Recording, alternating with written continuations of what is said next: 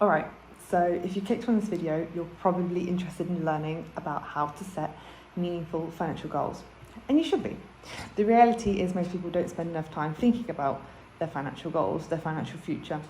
They might have a vague idea of wanting to save more or spend less, but when it's not specific enough and you don't have an action plan, it's like trying to get from A to B without directions. So today I'm going to show you exactly how to set financial goals that will help you work towards them and sort of give you a little bit of a direction for what to look out for. Right, so if we start from the beginning, why do financial goals matter? Okay. 2/3 of people in the UK make their financial resolutions a priority, but research shows that most people struggle with financial well-being and money management. Research also shows that the people who do set specific financial goals are significantly better savings. It's not just about the numbers with the financial goals, it's about setting something that will aim towards the lifestyle that you want. Without the clear goals, you end up spending aimlessly and saving randomly. Having the goals gives you direction and purpose, motivation to stay on track, and it is a concrete way of tracking your progress. The first and foremost main thing to do is to understand where you are. Define your position. You do this by looking at your income, looking at your expenditure, and your current savings, having it in front of you in a clear way so that you can be aware and honest about your spending habits and financial patterns. You can identify problem areas or opportunities for improvement in this way. And it's not about judgment, it's about clarity. It's about knowing where you are so that you can get to where you want to be. So next I'm going to talk about the 3 financial goals. And number 1, we have the short-term goals. Number 2, we have the medium-term goals. And then, yes, you've guessed it, we have the long-term goals. So starting from the short-term goals, these are goals that you aim to achieve in less than a year, and they tend to be your immediate priorities: building an emergency fund, saving for a holiday, making small purchases. This is the foundation. Level 0, let's call it level 0. And then moving on to level 1, your medium-term goals. These are 1 to 5 years. These are bigger purchases: car, house deposit, same starting a business. And these are medium-term goals because they require more planning and consistent effort. Long-term goals, 5 years plus. These are your big picture objectives like retirement planning, children's education fund, or building a substantial investment portfolio. These shape your financial future. And the key thing I want to emphasize is that you need to have goals in each category. This keeps you motivated in the short term while building towards your long-term vision. How do we do this? How do we keep building towards your long-term vision, but also maintain the short term and stay motivated? You probably remember it from school, SMART goals. SMART goals are very popular within the financial planning industry, and nothing fancy. The acronym is specific, measurable, achievable, relevant, time-bound, and this is mainly where people go wrong. They set vague goals like, I want to save money, I want to be rich, I want to have $1 million in the bank. These don't really work because they're not actionable. There's no real clear purpose or step to achieve that. So if we use the framework of these SMART goals, and it can be any other framework, it's just sort of a bit of a structure to give to achieving those goals. And I'll just go run through a quick example. So if we want to set a specific goal, we will say, I want to save £10,000 for a house deposit. So we have a clear, specific number and a reason for why we're saving, instead of, I just want to save money. Achievable. Base it on your actual income and expenses so that you're not setting yourself unrealistic targets. And then it needs to be relevant. It needs to align with your values and your life goals. You're far less likely to stick to it if there's no real reason behind it. So if you're like, oh, I want to save £10,000 just to have £10,000, you are probably going to lose sight of your purpose. But if it's for something specific that you want, you are more likely to stick to achieving that goal.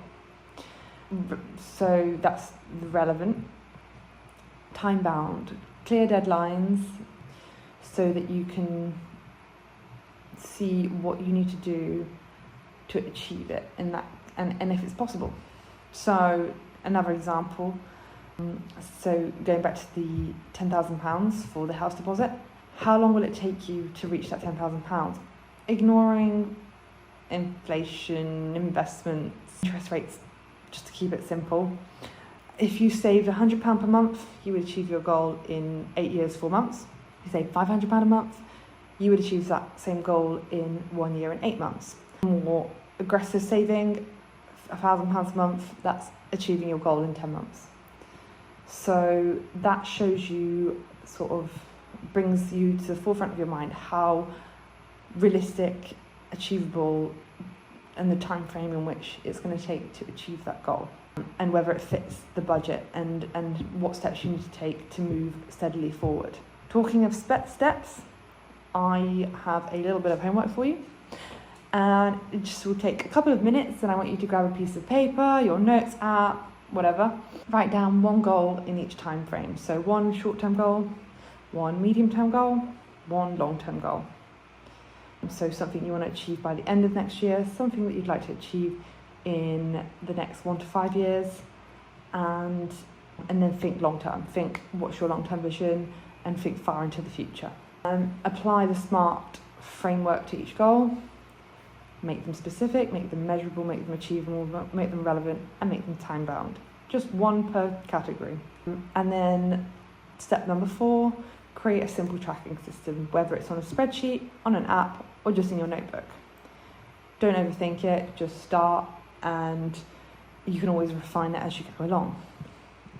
Okay, so the next thing is psychology of financial habits, something that gets skipped sometimes because people focus on the numbers and whatnot, but there's also a lot of psychology behind finances, and the main thing to focus on is to start small and to not say I'm going to put 1,000 to go from 0 to putting £1,000 a month. Whilst that might be achievable within your income, but if we are taking really big steps, it makes it less likely to be able to follow and keep up that motivation. It's automated savings. You may have heard this before, but that's a very good thing. So it removes any sort of need to think about it, or you might forget to do it this month, etc. If it's automated, you don't need to think. It goes, and then it's one step towards making those bigger changes over time. And then another thing that's very, very, very, very, very important is setbacks. To understand that they're completely normal. We all face them. The difference between the people who succeed financially and those who don't is that the people who mess up keep going despite the setbacks.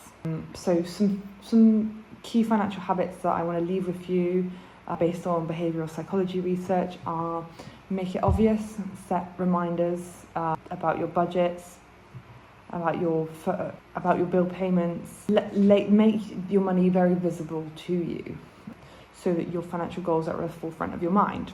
Make it attractive. Start small, so it doesn't feel overwhelming, and create little rewards for hitting those targets.